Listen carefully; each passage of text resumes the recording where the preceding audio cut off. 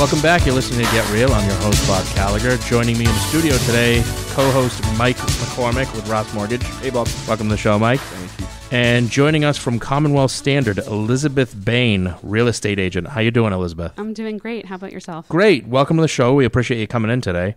Now, you cover a big part of the state of Massachusetts. So basically it's Metro West, downtown, and then the North and South Shores. Did I get that right? Absolutely. Right. Wherever my clients want to go, that's where I'll go. All right. So you're helping people everywhere.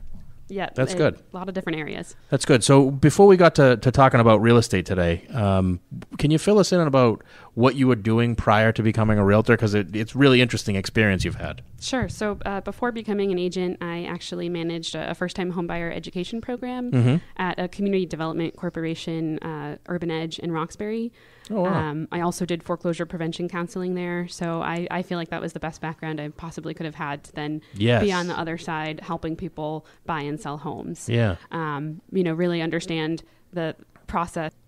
Yeah, I think that background gave me a very comprehensive understanding of the home buying process, especially being able to help buyers determine which type of loan products might be best for them, right? And helping them strategize in terms of getting, a monthly mortgage payment that's going to be affordable. Right. Sometimes people will be told they're pre-approved for a very large amount of money, and they don't realize what that translates to on a monthly basis. Right.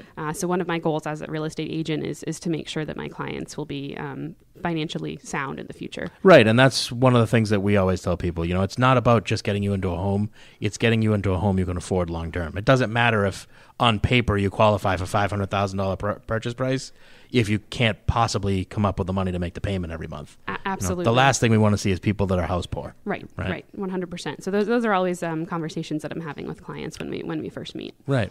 And on the foreclosure prevention side, what kind of things did you do to kind of help people avoid the foreclosure mess? Yeah, so this was back, I first started that work in 2010. I was away for a few years and then again started that in 2013. So that was when the Obama Making Home Affordable program was in place.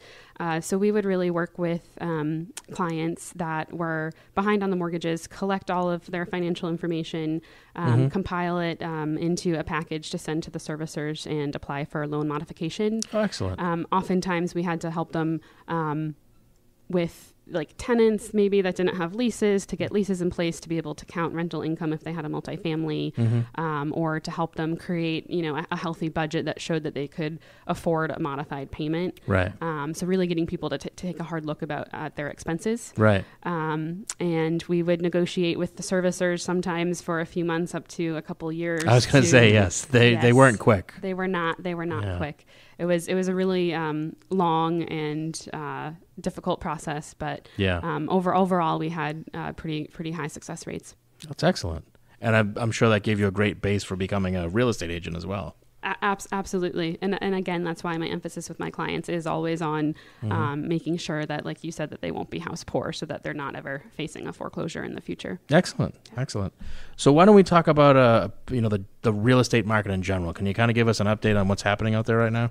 Sure. So there's actually some interesting data or an article that I read just this morning from the Warren Group that last month in June, average single family price was up to $429,000 in Massachusetts. Wow. It's kind of scary. It's crazy. So high. Yeah. That was up like 2.1% since June of last year. And then the average condo price was $420,000, which was up 9.1% from June of last year.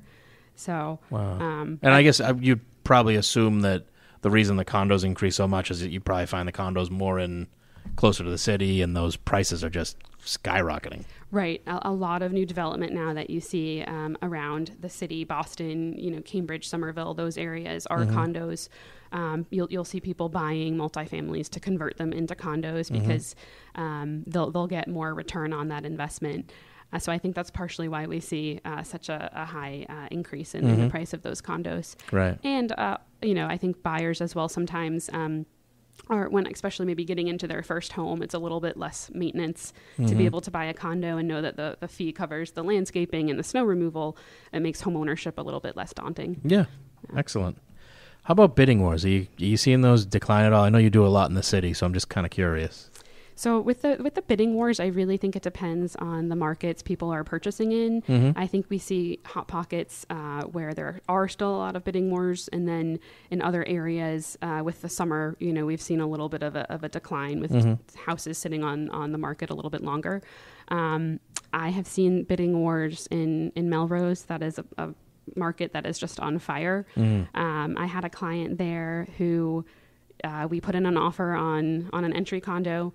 There were 20 offers received. 20 received. Wow. Yeah, they came back, I think, to either 4 or 6 of us, and they said, you're in the final round. So put in your not exactly the news you want. not the news that we want. Put in your best and final. We put in our best and final. We were, I think, at this point now 50 or 60,000 over the asking price, and got told, oh, you're number 2. We had a cash offer that was a little bit stronger, a little bit cleaner. So that's been tricky, and that's been the experience we've had on several properties up there in Melrose. Likewise with the multifamilies, people are just scooping those up like hotcakes. Right. All over. It doesn't matter if you're on the North Shore, the South Shore, even out here in Metro West or Boston. Right. First-time home buyers will want to buy multifamilies because they can use part of the rental income to help them afford more. And then we see a lot of investors either picking them up to buy and hold or to potentially convert into condos. So it's a very tough market, very challenging when you have a loan to compete against somebody who's all cash and may not need to do a home inspection. Now, do they usually, the buyers you're working with that are looking at multis to live in, do they eventually find a place, or a lot of them just keep getting beat out repeatedly? I think if you are patient and willing to wait, you'll find something eventually. I think you always have to go into it with the mentality that the right house is out there for me. Right. And home ownership is not something that you want to rush. No. So you just have to be patient. You have to be realistic. Yeah. You might not get a home with quartz countertops. It's, okay to have Formica. You can update that over time. So just keep your options open in terms of both maybe a house that's not completely updated and as well as location. Right. So habitable, livable, certainly, but maybe it's got some 60s and 70s and 80s decor in it, right? Right. As long as you can live in it, I think people watch a little too much HGTV and it just... It seems like everybody wants, like, Joanna Gaines to have gone through the house before they buy it. I would love But they would that. also like to not pay a penny more than what their budget is. Right. Which, unfortunately, is not the way things work these days. Exactly. If you don't have $1 million budget and you're looking to live somewhere close to the city, like if you're out here in Metro West, I mean, it's just a nightmare going in from the boroughs to Boston. Right. I mean, even if you take the commuter rail, it's tough now because the thing breaks down constantly. Right. I mean, you got to be looking at an hour and a half commute right now. What's the closest you can get to Boston without a ridiculous budget? Yeah, and I think that does really depend on a person's tolerance for a commute. And I think wherever you are, it doesn't matter. If you're really close to the city, you're always just stuck in rush hour traffic. Yeah. But I do find a lot of buyers that might live in Boston and are willing to go like down to the South Shore, Randolph, Weymouth area. You find a lot of affordable home prices in like the $300,000 range. Wow. Other folks, again, on the North Shore. Lynn is an area that has grown a lot over the years. And likewise, you can get a house there in the $300,000 range, low fours. So that's another area that I'll see people interested in. If there was a time when you couldn't give away a house in Lynn. I know. And it wasn't that long ago. I mean, 10 years ago, everybody wanted Swampscott or Peabody or anything else, and nobody really cared for Lynn. Now, you have to pay through the nose to get into Lynn. Right. And at least it's a little bit closer to the city than Swampscott. Yes. You do have the commuter rail that goes right into downtown. But the cities are changing, too. Lynn is not the city it was 10 or 15 years ago. No longer. Yeah, and they're redeveloping that whole stretch of waterfront property that GE used to occupy, right? I think they're putting a bunch of condos in there. Yes. Yeah. I imagine those won't be cheap. No, nothing. New construction in Boston is cheap. Yeah. But at least there are some options. Exactly. So you've got Lynn, Randolph, Brockton, Weymouth. Weymouth is one I've been hearing a lot about. They're building a lot of condo developments down there, right? Right. A lot of new construction condos. Weymouth is great because you do have the commuter rail. You've got pretty easy access to the Red Line as well. And then you're not too far south of the city. Yeah. And I've actually heard, too, that they're supposed to be putting a commuter rail into I think they're supposed to extend it down to New Bedford. Oh, wow. So I've actually heard about a lot of people that are talking about moving down there, because if they get a commuter rail, then right. I mean, I'm sure you'll see that property start to skyrocket too. Yeah, Maybe I should have kept that tidbit to myself until after I bought property. To New Bedford. Don't quote me on that. You heard it here first, folks. Yeah, right. But commuter rail is very desirable now. Again, because I mean, if it were me, I'm caught in the middle. I don't want to live in a teeny house, and I also don't want to be stuck driving for an hour plus each way every day. It would drive me insane. Right. At least you can hop on the commuter rail, you play on your phone, you read a book, and you don't have to worry about the stress of the traffic. Yeah, half an hour on the commuter rail is not a big deal, but when you're an hour and a half on the commuter rail, does not sound like it would be fun. Better than an hour and a half in the car.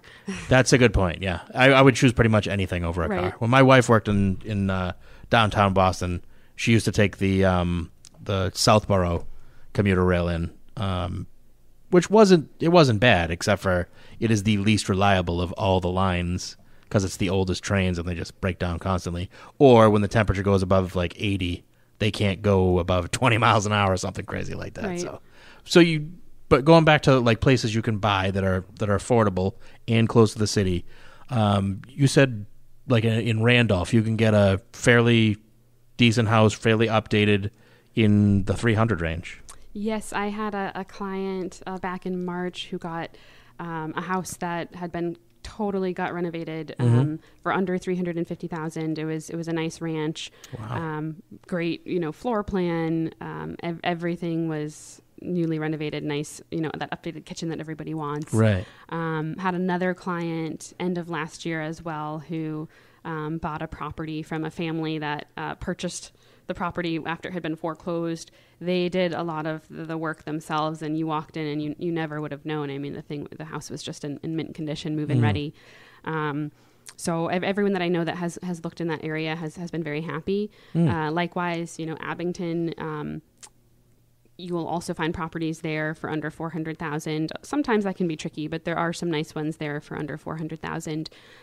Again, it's just about being open-minded, and if you really do have your heart set on a single family, just being willing to maybe leave like the Bostons, the Cambridge, and the Somerville area, and go out somewhere where you'll have that space. I don't think any of the places you just mentioned you could get a single family.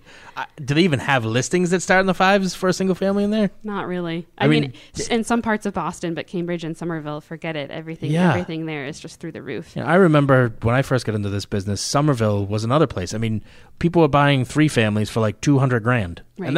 And that wasn't a long time ago. I guess it's not that recent now that I think about it either. It's back in the 80s. Yeah, back in like 2000 or a little before. But still, I mean, you look at what's happened to the prices. I mean, a 2-family in Somerville now, it's easily $1 million. Easily. And a condo, a 2-bedroom condo in Somerville, you're looking on the low end, like the low 600s. Yeah. Wow. Crazy. I just couldn't. I couldn't do it. I know. Yeah. And it's not like you don't have any commute at all. I mean, it's not like you're in downtown Boston. Right. So some areas you will be in walking distance to the Red Line or maybe Assembly or Sullivan on the Orange Line, but others, I mean, if you're trying to drive just to get from Somerville to Cambridge, you can be in traffic half an hour. Yeah. Just to go a few miles. Exactly. Yeah, it's not... some people probably don't mind it. Like if it's what you're used to and that's where you work, it's not like you really have a choice, but right. I choose to not live that life. Exactly. And depending on your budget, like for the person that can afford, say $650,000, then it is that decision of, do I want the location or do I want the space?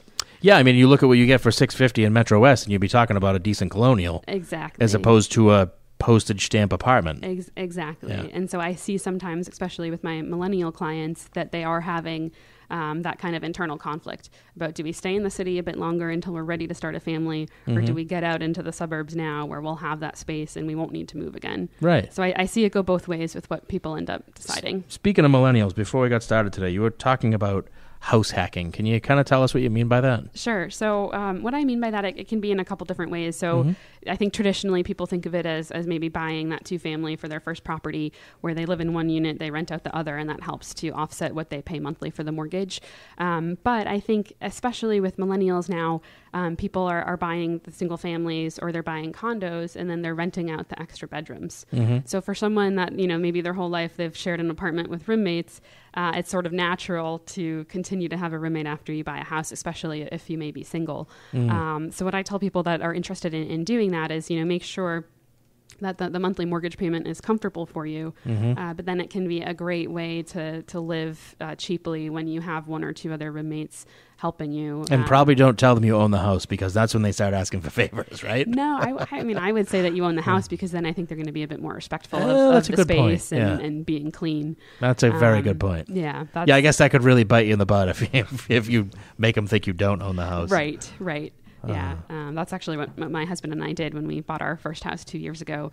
Nice. We ended up having that same sort of discussion about, do we stay in the city? Do we go to the burbs? We got a single family in Framingham, and almost the entire time we've been there have had a roommate that has been helping us. To pay the mortgage. Yeah. Well, pretty much everybody needs it now. I mean, the prices. I mean, it used to be Framingham was a deal, right?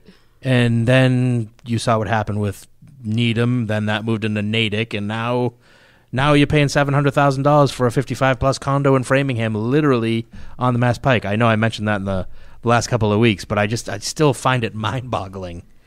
I do too, and I have a client actually that's has been living in Natick for over 30 years, wants to get into a 55-plus community. I don't even think her house will sell for as much as what it's going to cost to get into one of those communities. Right. So it's baffling. Yeah, normally when you sell your house, you're downsizing into something cheaper, not spending double. Right.